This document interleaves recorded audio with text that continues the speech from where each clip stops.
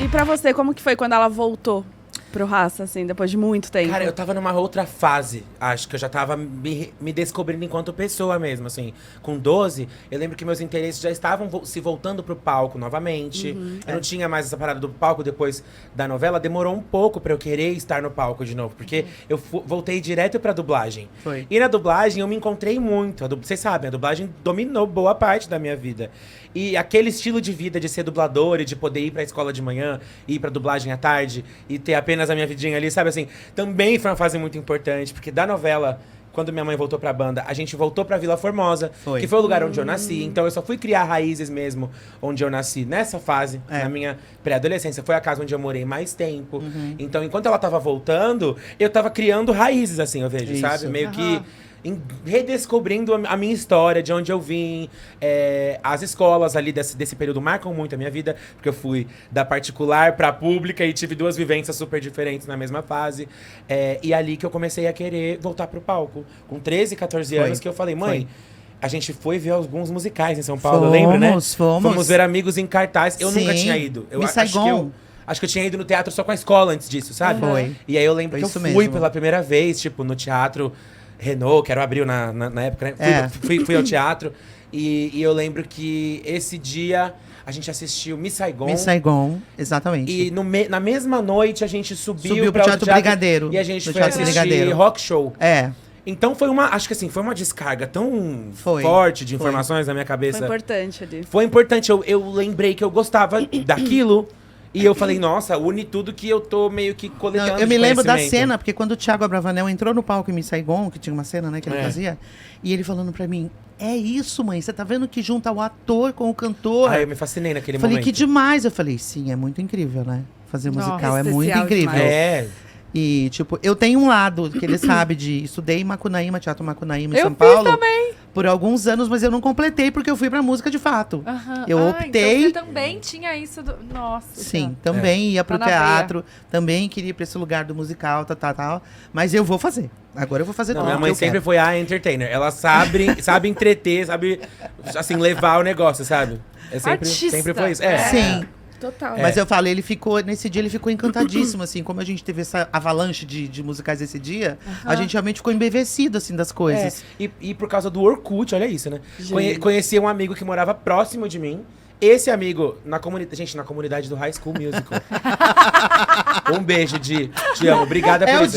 O Di Burgesi. Muito querido. O Di me chamou e falou, amigo, a gente tá montando... Que é da Vila Formosa também. Um beijo, Di. Ele falou, amigo, a gente vai montar vamos fazer uma montagem de um musical. O menino quer fazer personagem tal, vai sair. Você quer fazer? Falei, vamos lá, né? Montagem independente. Era um grupo que a gente ficou procurando dramaturgo durante um tempo. E era o musical Hair. Acho que eu até contei aqui, não sei. Mas isso marcou muito, porque foi quando eu comecei a estudar teatro musical e voltar pro palco. E já adolescente, tipo... Sabe, assim, meio que já me ressignificando também, trazendo outras coisas. E aí foi no teatro musical que eu descobri o que era drag queen. É isso. Foi ali que... Porque tinha um personagem, exatamente. No Hair mesmo, já teve esse momento. Eu devia ter 16 anos, 17. No Hair, eu lembro que a maior parte da peça eu fazia um dos hips, né? Tipo, na peça. É um musical dos anos 60, sobre o movimento hippie e tal. E que tinha um momento na peça que eu entrava como a Margaret. Era uma personagem caricatíssima, inspirada numa pessoa que existe de verdade, a Margaret Mead. Uma antropóloga. E aí eu cantava uma música, fazia um número, cantava uma música em falsete, assim. E eu lembro de sair da experiência com o musical pensando, nossa, esse aplauso foi diferente. Tipo, aplaudiram uma construção, aplaudiram uma coisa que eu levei muito tempo pra chegar nesse resultado final. Não era só sobre a minha voz. Porque eu acho que essa coisa da minha voz ter chegado na minha vida antes da minha personalidade, né? Ela já estava sendo de grande valia, sendo útil e contribuindo em um monte de coisas. Sendo que eu só sabia o que eu gostava de ouvir e de cantar. Né? A nossa personalidade mesmo vai chegando na adolescência. Tipo, a gente vai entendendo o que a gente gosta só ali. Então, foi no teatro que eu fui vendo que construções eram legais, que quando eu unia o poder da minha voz com o poder da minha mente, as coisas saíam diferenciadas e tinham um outro gosto, não era só sobre cantar. E assim começa a aventura que hoje chamamos de Glória Groove. Porque na mesma época, RuPaul's Drag Race era uma febre. Então, meio que assim, juntou Lé com Cré, sabe? Assim, eu tava começando a ir pra balada, e na balada pop a gente começava a ver as drags se vestindo diferente. Porque em São Paulo, Gente, eu sou de 95, então quando eu era adolescente eu tinha muito essa imagem de que a drag é uma coisa de outro circuito de baladas que eu nem vou, é uma coisa do eletrônico, olha isso, né? Tipo, drag no Brasil sempre foi icônico, sempre será, bate cabelo, é uma cultura muito vasta. Mas por conta dessa chegada na grande cultura, que aí as drags começaram a chegar na balada pop também. E com aquela aparência, com aquela estética meio drag da RuPaul, sabe? Tipo, isso é diferente. Isso eu acho... Isso eu consigo, sabe assim? E aí começou a destravar e construir a persona. Em determinado ponto, eu era o amigo que levou a brincadeira a sério demais. Sabe, assim, tipo... Teve uma fasezinha dos amigos que se montavam todos juntos e tal. E eu fui o amigo que não saiu da onda. Tipo, amigo... Já deu, já foi, bom, já deu. Todo mundo já parou. Ninguém mais tá fazendo isso. Eu não, galera, eu acho que achei uma coisa legal aqui, vem comigo. Sabe, assim, por um momento foi isso. E, de fato, era, porque eu tive grandes oportunidades logo depois. Verdade. Glória Groove começou a se tornar algo porque eu tive grandes oportunidades. E acho que é isso que é importante de também usar esse espaço como mãe e filho pra dizer. Sim. Eu acho, sim, que eu tenho que reconhecer todos esses... Por menores, mas simbólicos que foram esses privilégios que eu tive, sabe? Sim. De nascer nessa cidade grande, de ter uma mãe artista, uma mãe cantora, sabe? Assim, uma mãe que compartilha comigo algo que é muito natural pra mim também. Que apoia. Né? Que apoia. Eu vejo, conversando com os meus fãs, recebendo mensagens das pessoas que admiram nossa relação, o quanto a compreensão, às vezes só isso, é uma coisa que tá muito longe ainda de existir, sabe? Verdade. Não só isso, mas, poxa, a gente compartilha um hobby que pra gente é natural fazer. A gente gosta de fazer o que a gente faz junto, entendeu?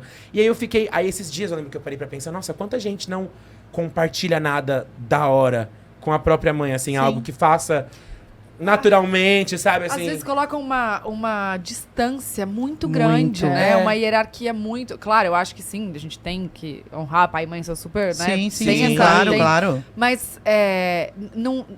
Quando você tá do lado como amiga mesmo, é outra coisa. E no palco eu acho que isso transborda esse nosso lado que é uma irmandade. Isso. Quando a gente tá cantando, porque existe essa camaradagem de ser algo que a gente realmente admira e consegue sentir as coisas meio que acho junto. que mais do que isso, que acredita. Eu falo, né, que é meio que um sexto sentido. Isso é um privilégio, você compartilhar um sexto sentido com a sua mãe, com um parente. É tipo ter um segredo com o seu melhor amigo, sabe? É um segredo muito escancarado, que a gente canta toda hora.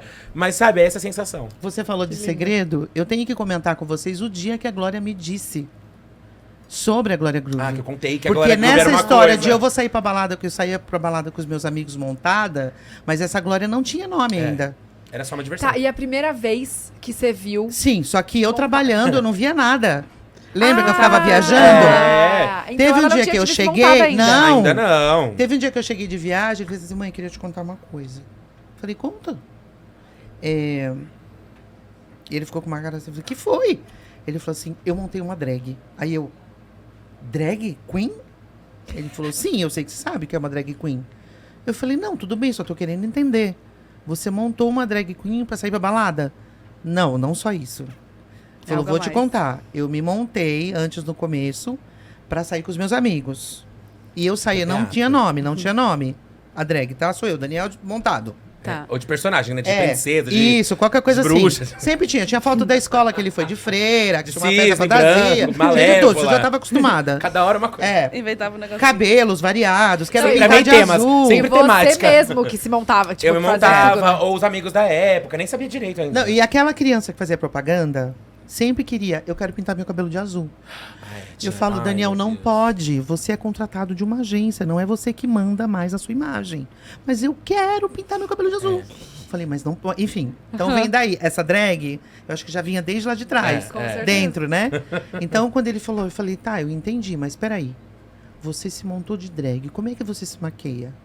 Não, eu fui no YouTube, comecei a olhar como é que vê tutorial de Verdade. maquiagem, põe o espelho do lado. E fiquei tentando, mãe. Tipo e usava assim, suas claro que... maquiagens. Não, ele tinha... E depois eu ganhei. Tipo, ele tinha talvez comprado umas algumas coisinhas coisinhas, mas bem pouquinhas. É. E aí eu comecei a perguntar tudo isso. Tá, mas espera, cabelo, roupa.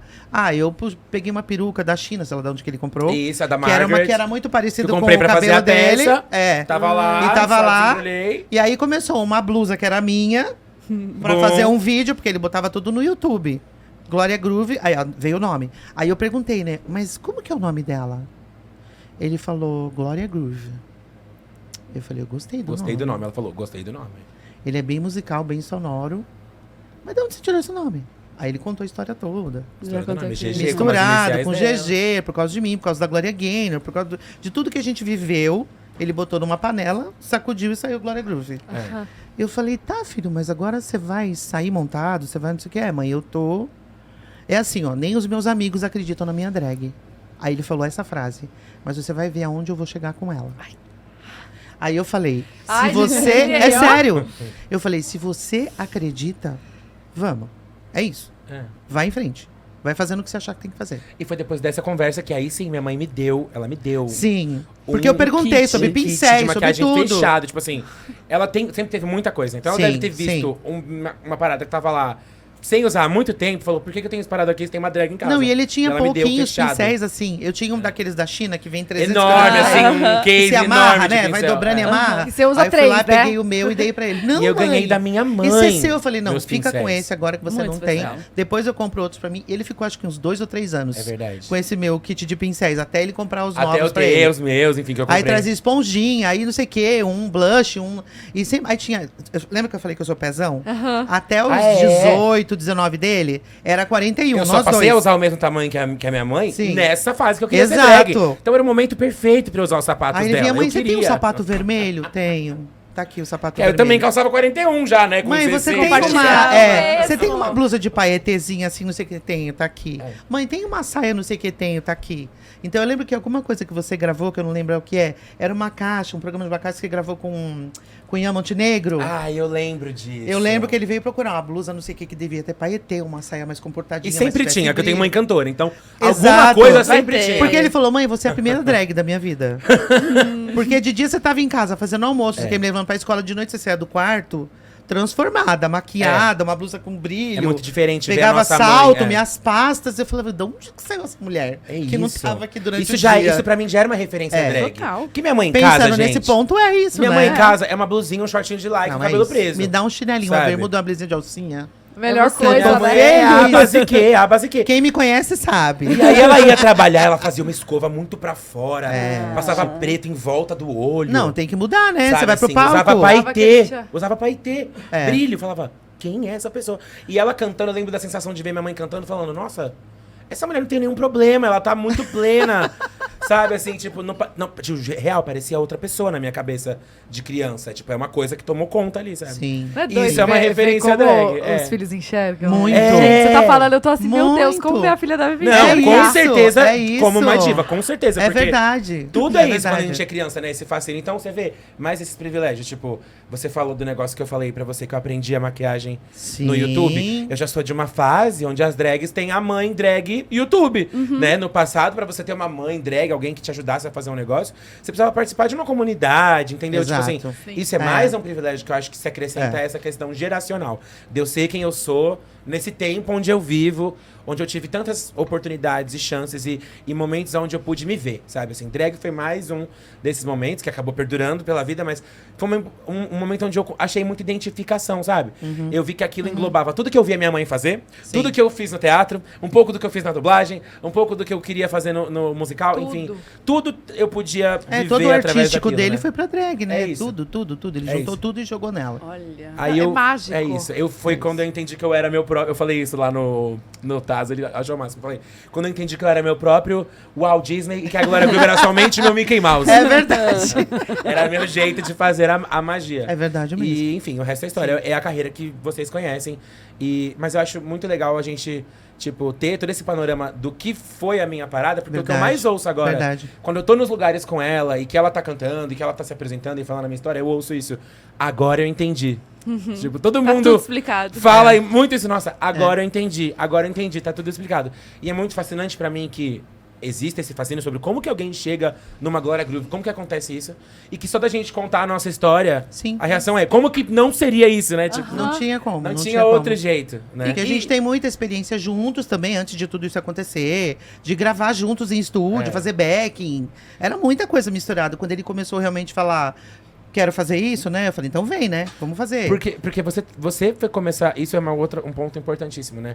Voltar na sua história. Porque você pôde começar a cantar, de fato, se dedicar na sua carreira. É verdade. Quantos anos você tinha? Eu tenho 29 hoje. Você tinha... Eu tinha 25 de idade. Quando eu fui literalmente profissional da música. Antes Sendo que eu disso- venho. Sendo que eu venho de uma família onde era pai músico, a mãe era do circo, a avó era não sei o quê, Artistas, poetisa. aham. Todo mundo cercado, mas o meu pai queria que eu fosse médica.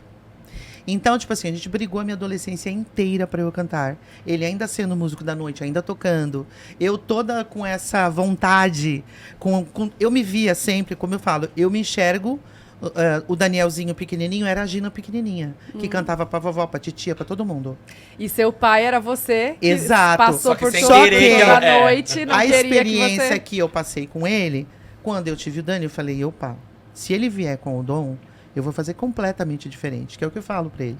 Eu me vejo em você, porque eu poderia ter sido a Gina, a Glória Groove, sei lá o quê, se eu tivesse tido o apoio que você teve. Eu só não fui apoiada. Desde cedo. E aí eu fui pra carreira já, porque pra gente, tardiamente, isso já é tarde.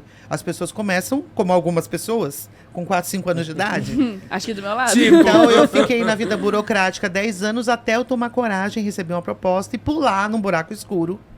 Depois de uma carreira promissora como secretária, pular pro que eu queria fazer, que era cantar.